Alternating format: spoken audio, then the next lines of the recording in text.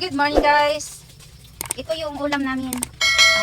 Maliit na put-put, tapos nilagyan ko ng cornstarch at tsaka pipirituhin ko yan guys.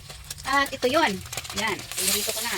Magkadikit-dikit yan guys, hindi kayo mahirapan sa pagluluto yan kasi nagdidikit-dikit yan. Kasi nilagyan ko ng ano yan, cornstarch. Ganyan ang tamang proseso guys pag magluto kayo ng mga maliliit na mga isda.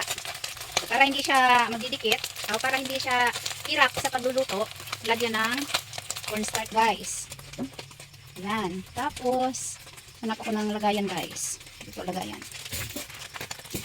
Kasi, napapagtong na guys ang ating mga niluluto.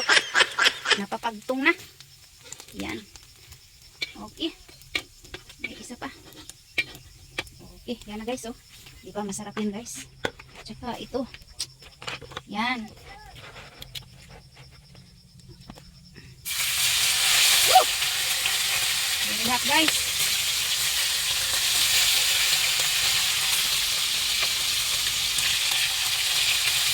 Yan. Ayan na. Lagay na natin dito guys. Kaya naman. Yan na guys, oh. See? Yan. Tapos ito yung ulam din guys. Woo! Yan, put-put. Tinula yan, ang tawag guys. Ito yun guys, oh. Yan. Oh, init pa.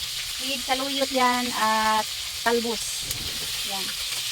Yan ang ulam namin. Ito lang guys. Thank you for watching. Bye-bye.